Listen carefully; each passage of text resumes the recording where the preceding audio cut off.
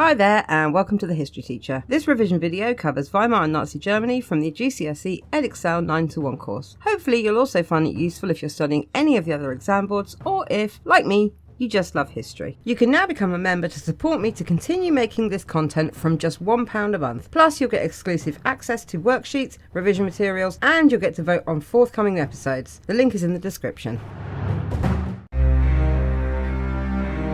Hi there guys, last time we were looking at the events that led to Hitler becoming the Chancellor of Germany, but this was not Hitler's ultimate goal. You will remember that he wanted a single strong leader for Germany, but was constrained by the Weimar Constitution, democracy, and President Hindenburg. Von Papen and Hindenburg thought they had control of Hitler, but they were to be proved wrong. On the night of the 27th of February 1933, the Reichstag building burned to the ground. The whole building was destroyed, leaving only a smouldering shell. A man called Marinus van der Lubbe was found at the scene holding matches and firelighters. He claimed to have started the fire to try to unite the workers against the fascist government. Hitler was quick to seize this opportunity to blame the communists. Hitler declared the fire was the result of a communist plot, despite van der Lubbe asserting he had worked alone. On the night of the fire, 4,000 Communist Party members were arrested. Hitler persuaded Hindenburg to declare a state of emergency, and Hitler was now free to use Article 48 to rule by decree. It's important to understand that everything Hitler did in regard to the Reichstag fire was completely legal. He then called an election for the 5th of March 1923. However, before the election, Hitler took several important steps. Firstly, he passed a law called the Decree for the Protection of the People and State. This allowed him to imprison his political opponents and ban their newspapers. Because he was now the Chancellor and therefore in charge of the police,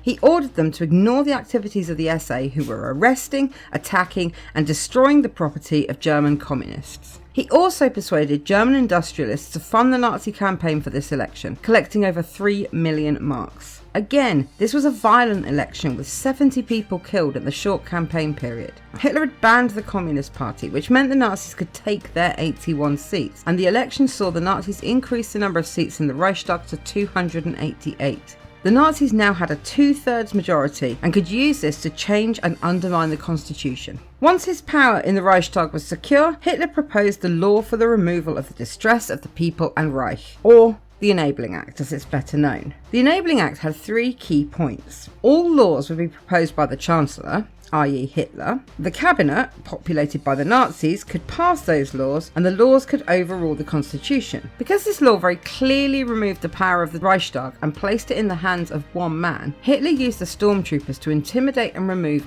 any opposition. The communists were not allowed to vote, and many of the Social Democrats who would have opposed the vote were either in hospital or missing. The law was passed with 444 votes to 94. You will note this is significantly more votes than the Nazis themselves had, and they were supported by the Catholic Centre Party and the National Party. The Centre Party had been persuaded by Hitler's promise of a concordat, an agreement not to interfere with the Catholic Church. So again, Hitler had increased his power legally, if we ignore the bullying and violence. The Enabling Act was initially meant to last 4 years, but it was renewed in 1937, which meant that the Weimar Constitution was no more. Hitler had successfully gained dictatorial powers over Germany, but he was at risk from outside opponents, some of whom were powerful, but also from opposition within his own party. His next step were to deal with these challenges. The trade unions posed a real threat to Hitler. They were strong with the support of workers and could call strikes like they had done to suppress the Kapp Putsch. Hitler was worried that they were too heavily influenced by communists, so in May 1933 Hitler sent the SA to smash trade union offices and arrest union leaders. He then banned all trade unions and made strikes illegal. At the same time, Hitler dealt with any opposition remaining in the political parties. He again sent the SA to smash offices and take any money, and then in July banned all political parties except for the NSDAP. Finally, Hitler had to deal with the local governments who sat in the Reichsrat. Hitler wanted all of the power in Germany to belong to him, and he didn't want local governments doing their own thing. So, in January 1934, he abolished the local government and put governors chosen by himself in their place. Hitler's takeover of the government was nearly complete, and so now he turned to dissent within his own party. Hitler did not want anyone in the party to disagree with him or to challenge his leadership.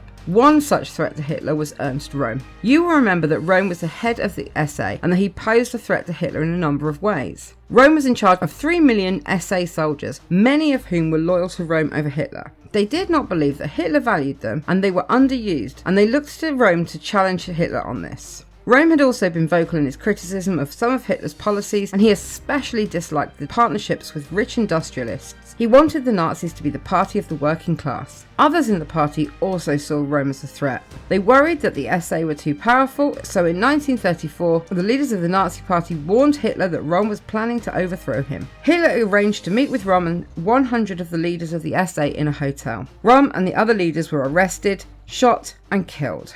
This event became known as the Night of the Long Knives, and this is the point at which Hitler acted outside of the law. Von Papen was alarmed by these events and complained to Hermann Göring, one of the senior members of the cabinet. Göring told him that everything was under control and to go home. Before von Papen could return to his home, his staff at the Reichstag had been murdered and his house was surrounded, cutting off all communication with the outside. It was now clear that von Papen could not control Hitler. Göring made an announcement on the 2nd of July 1934 that there had been a conspiracy against Hitler by Rome and that this had now been dealt with. There was some opposition to the violence of the Night of the Long Knives in Germany, but most people were happy to see the hated, violent SA being taken down a peg. The SA did continue as part of the Nazi Party after 1934, but they were now firmly under Hitler's control. The final obstacle to Hitler's totalitarian control was President Hindenburg. You will remember that he hated Hitler. Well, Hitler didn't have to do anything to remove this threat. On the 2nd of August 1934, President Hindenburg died of natural causes, and Hitler took the chance to seize total power. He declares himself Fuhrer, combining the roles of Chancellor and President, and forced the army to swear an oath of loyalty to him personally instead of their previous oath of loyalty to Germany. He then held a public vote on the 19th of August 1934 to confirm himself as Fuhrer. The propaganda and threats meant that Hitler was confirmed as the Fuhrer with 90% of the vote.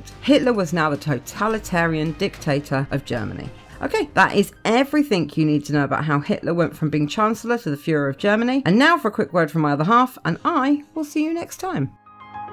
History teacher's SO here. She's given up work and is living off her savings to make these videos full time. Unfortunately, savings don't last forever, so we're asking for your help. If you can spare any money to help her keep making these videos, please visit the Buy Me a Coffee link in the description and give what you can. That said, we know these are difficult times. You might not have any money to spare, but you can still help. Like, comment and subscribe for the algorithm, but also spread the word. Tell your friends, colleagues, and anyone you think might be interested. Thanks.